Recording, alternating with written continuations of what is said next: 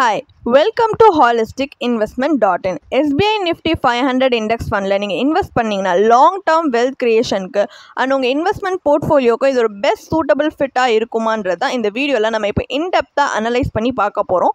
So வாங்க நம்ம இப்போ வீடியோக்குள்ளே போகலாம். பட் அதுக்கு முதல்ல நம்ம இதை அனலைஸ் பண்ணுறதுக்கு முன்னாடி நம்ம SBI Nifty 500 இண்டெக்ஸ் பண்ணால் என்னன்றதை தெரிஞ்சுப்போம். இது ஒரு NFOன்றதுனால இது ஓப்பன் ஆகிற டேட் 17 செப்டம்பர் 2024 அண்ட் க்ளோஸ் ஆகிற டேட் 24 செப்டம்பர் 2024. அண்ட் இதோட கீ ஃபீச்சர்ஸ் என்ன அப்படின்னு பார்த்தீங்கன்னா, இது ஒரு open ended fund type and இது பிலாங் பண்ணுற கேட்டகரி வந்து equity flexi cap fund and இது ஃபாலோ பண்ணுற பெஞ்ச்மார்க் இண்டெக்ஸ் வந்து Nifty 500 TRI.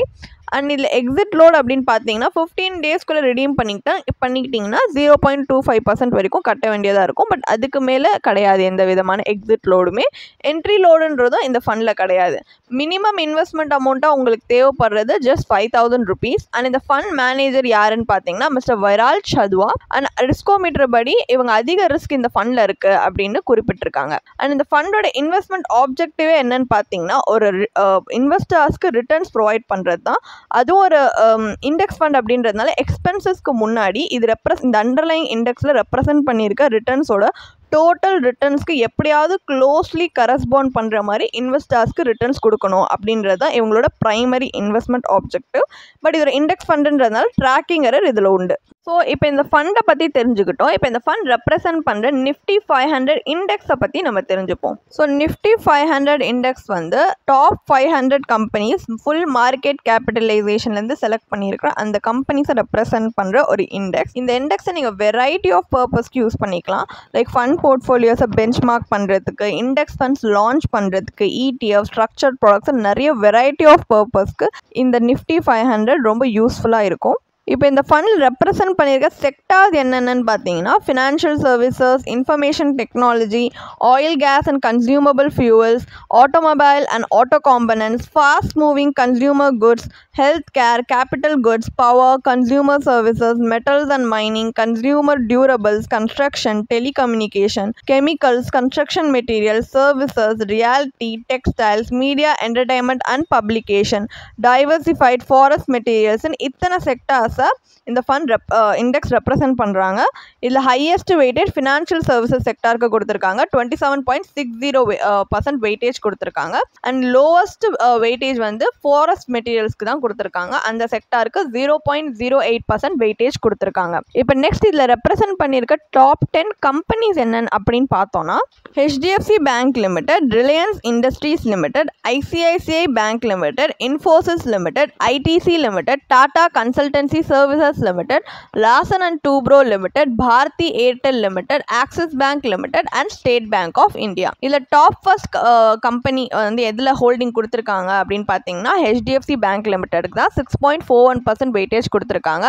Top 10th position State Bank of இந்தியாவுக்கு இருக்குது. 1.63% வெயிட்டேஜ் கொடுத்துருக்காங்க. அண்ட் இதோட ரிட்டர்ன்ஸ் பற்றி பார்த்தீங்கன்னா August 30, 2024 படி இதோட ரிட்டர்ன்ஸ் இண்டெக்ஸோடது பார்த்தீங்க அண்ட் இதில் இருக்கிற டேட்டா இந்த டேப்லர் காலம் கிராஃப் எல்லாம் நம்ம எடுத்து பார்த்தோம்னா நம்மளுக்கு என்ன தெரிய வருது அப்படின்னு பார்த்தோம்னா இந்த இண்டெக்ஸோட பர்ஃபார்மன்ஸில் 1 இயரில் இது 41.58% ரிட்டனும், 5 இயர்ஸில் 22.73% ரிட்டனும், இன்செப்ஷன்லேருந்து 12.98% ரிட்டனும் கொடுத்துருக்கு. அண்ட் கிராஃப்லையும் நம்மளுக்கு தெரிய வருது என்னென்னா ஷார்ட் டேர்ம் பீரியட்ஸில் இருக்க டிப்ஸை கம்பேர் பண்ணால் லாங் டேர்மில் இது நல்லாவே பர்ஃபார்ம் பண்ணியிருக்கு கம்பேரிட்டிவ்லி. இப்போது SBI Nifty 500 இண்டெக்ஸ் ஃபண்டை அனலைஸ் பண்ணும்போது இந்த investment option broad range of companies, அதாவது வேரியஸ் செக்டார்ஸை நம்மளுக்கு எக்ஸ்போஷர் கொடுக்கறதுனால இது நம்ம இன்வெஸ்ட்மெண்ட் போர்ட்ஃபோலியோக்கு ஒரு குட் ஃபிட்டாக ஆகிடுமா அப்படின்றத நம்ம எப்படி அனலைஸ் பண்ண போகிறோம்னா இந்த ஃபண்டில் இன்வெஸ்ட் பண்ணால் என்ன மாதிரியான அட்வான்டேஜஸ் அண்ட் டிஸ்அட்வான்டேஜஸ், அதாவது ப்ரோஸ் அண்ட் கான்ஸ் என்ன இருக்குன்றதை பார்க்க போகிறோம். ஸோ ஃபர்ஸ்ட் பாசிட்டிவ்ஸோட ஆரம்பிப்போம். இதில் ஒரு மேஜர் அட்வான்டேஜே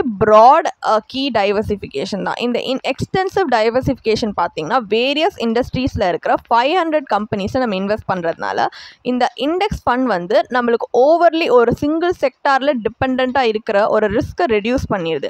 இது பேங்கிங் செக்டராக இருக்கட்டும், ஐடி செக்டராக இருக்கட்டும், ஹெல்த் கேர் செக்டராக இருக்கட்டும், ஒரு வைட் அரே ஆஃப் பிஸ்னஸஸ்க்கு நம்ம நிறைய எக்ஸ்போஷர் நம்மளுக்கு கிடைக்குது. அண்ட் அனதர் அட்வான்டேஜ் வந்து லோ எக்ஸ்பென்ஸ் ரேஷியோ. ஸோ ஒரு பேசிவ் ஃபண்டுன்றதுனால எஸ்பிஐ நிஃப்டி 500 இண்டெக்ஸ் ஃபண்ட்ஸில் இப்போ மற்ற ஒரு ஆக்டிவ் ஃபண்டை கம்பேர் பண்ணால் நம்மளுக்கு லோ எக்ஸ்பென்ஸ் ரேஷியோ தான் அதை விட கம்பேர் பண்ணி பார்த்தோன்னா. ஏன்னா இது சிம்பிளி நிஃப்டி 500 இண்டெக்ஸோட பர்ஃபார்மன்ஸை மட்டும் ட்ராக் பண்ணுறதுனால பெரிய ஹை மேனேஜ்மெண்ட் ஃபீஸ் அப்படின்னு எந்த வித இன்வால்வ்மெண்ட் கிடையாது. ஸோ ஒரு லாங் டேர்ம் இன்வெஸ்டராக நீங்கள் இருக்கீங்க, காஸ்ட் மினிமைஸ் பண்ணி ரிட்டர்ன்ஸ் மேக்ஸிமைஸ் பண்ண பார்க்குறீங்கன்னா இந்த ஃபண்ட் உங்களுக்கு ப்ராபப்ளி பெனிஃபிஷியலாக இருக்கும். ஏன்னா ஒரு ஆக்டிவ்லி மேனேஜ் பண்ணல ஃபண்ட் மேனேஜர்ஸ் தான் மொத்தமாக இந்த ஃபண்டையே மேனேஜ் பண்ணி எப்படி மார்க்கெட் டைம் பண்ணி எப்படி இன்வெஸ்ட் பண்ணலாம், எப்படி ஃபண்ட் அலோகேஷனை டைனாமிக்லி சேஞ்ச் பண்ணலாம் அப்படின்றதுனால அதில் மேனேஜ்மெண்ட் ஃபீஸ்ன்றது அதிகமாக இருக்கும். ஒரு பேசிவ் ஃபண்டில் அது ரொம்ப கம்மியாக இருக்கும். இப்போ மார்க்கெட் லிங்க் ரிட்டர்ன்ஸ்ன்றது இன்னொரு அட்வான்டேஜ். இது என்னன்னா நிஃப்டி 500 இண்டெக்ஸை தான் இந்த ஃபண்ட் வந்து மிரர் பண்ணுறதுக்காகவே டிசைன் பண்ணியிருக்காங்க. அப்படின்னா என்ன அர்த்தம்னா இந்த மார்க்கெட்டில் இது நல்லா பர்ஃபார்ம் பண்ணுது இந்த இண்டெக்ஸ் ரெப்ரசன்ட் பண்ணுற செக்யூரிட்டிஸ் அப்படின்னா கண்டிப்பாக உங்கள் இன்வெஸ்ட்மெண்ட்டும் டைரக்ட்லி இந்த க்ரோத்லேருந்து பெனிஃபிட் ஆகும். ஸோ இந்த மாதிரி சில அட்வான்டேஜஸ் இருக்குது. இப்போ டிஸ்அட்வான்டேஜஸ் பார்ப்போம். ஸோ இந்த மார்க்கெட் டவுன் டர்னுக்கு இது வல்னரபிளாக இருக்கும். இந்த ஃபண்ட் எப்படி வந்து மார்க்கெட் நல்லா பர்ஃபார்ம் பண்ணால் இது நல்லா வந்து நம்மளுக்கு ரிட்டர்ன்ஸ் கொடுக்குமோ அதே மாதிரி இது மார்க்கெட்டை ட்ராக் பண்ணுறதுனால இந்த ஃபண்ட் வந்து அந்த இண்டெக்ஸை ரெப்ளிகேட் பண்ண ட்ரை பண்ணுறதுனால மார்க்கெட்டில் ஏதாவது டவுன் டர்ன்னா இது ஈக்குவலி அதுக்கும் வல்னரபிளாக தான் இருக்கும். இப்போ சப்போஸ் எக்கனாமிக் இன்ஸ்டெபிலிட்டி ஆகுது இல்லை மார்க்கெட் கரெக்ஷன் ஆகுதுன்னா இந்த ஃபண்ட் வேல்யூவும் அந்த ப்ராடர் மார்க்கெட்டில் இருக்கிறத வச்சு டிக்ளைன் தான் ஆகும், எந்த விதமான ஆக்டிவ் ப்ரொடெக்ஷனும் நம்மளுக்கு ஆஃபர் பண்ணாமல்.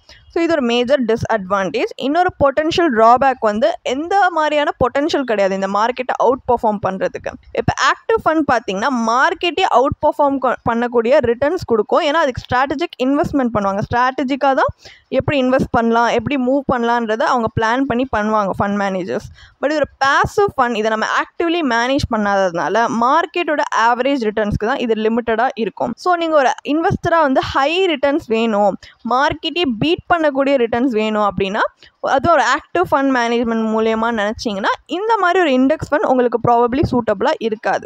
அண்ட் இன்னொரு ஃபைனலி டிஸ்அட்வான்டேஜ் அப்படின்னு பார்த்தோன்னா இதில் நிறைய ஒயிட் கவரேஜ் இருந்தாலுமே இந்த ஃபண்டோட கேபிட்டல் ஒரு சிக்னிஃபிகண்ட் போர்ஷன் இந்த ஃபண்டோட கேபிட்டல் பார்த்தீங்கன்னா large cap companies Reliance, HDFC, இன்ஃபோசிஸில் தான் ரொம்ப கான்சன்ட்ரேட்டடாக இருக்குது. ஸோ இந்த கான்சன்ட்ரேஷன் ரிஸ்க் வந்து என்ன நம்மளுக்கு வந்து பாதிக்கும் அப்படின்னு பார்த்தீங்கன்னா இந்த டாப் பிளேயர்ஸில் ஏதாவது நெகட்டிவ் பர்ஃபார்மன்ஸ் கொடுத்தாலும் மொத்த ஃபண்டோட ஓவரால் ரிட்டர்னை டிஸ்ப்ரொபோர்ஷனேட்லி இது இம்பேக்ட் பண்ணுறதுக்கு நிறைய சான்சஸ் உண்டு. இந்த மாதிரி நிறைய பொட்டன்ஷியல் ட்ராபேக்ஸும் உண்டு. இதையும் நீங்கள் கேர்ஃபுல்லி கன்சிடர் பண்ணி தான் இன்வெஸ்ட் பண்ணலாமா இல்லையான்றதை பார்க்கணும். ஸோ இப்போ நம்ம இந்த எஸ்பிஐ நிஃப்டி 500 இண்டெக்ஸ் ஃபண்டை அனலைஸ் பண்ணதுலேருந்து என்ன ஃபைனல் டேக் அவே, இதில் இன்வெஸ்ட் பண்ணுறது ஒர்த்தா இல்லையா அப்படின்னு பார்த்தீங்கன்னா இந்த ஃபண்ட் நம்மளுக்கு எக்ஸலண்ட் டைவர்சிஃபிகேஷனும் லோ காஸ்ட் இன்வெஸ்டிங் ஃபேக்டர்ஸும் கொடுக்குது. அதனால் ப்ராட் மார்க்கெட் எக்ஸ்போஷரை சீக் பண்ணுற ஒரு இன்வெஸ்டருக்கு இது ஒரு சாலிட் இன்வெஸ்ட்மெண்ட் ஆப்ஷனாக தெரியலாம்.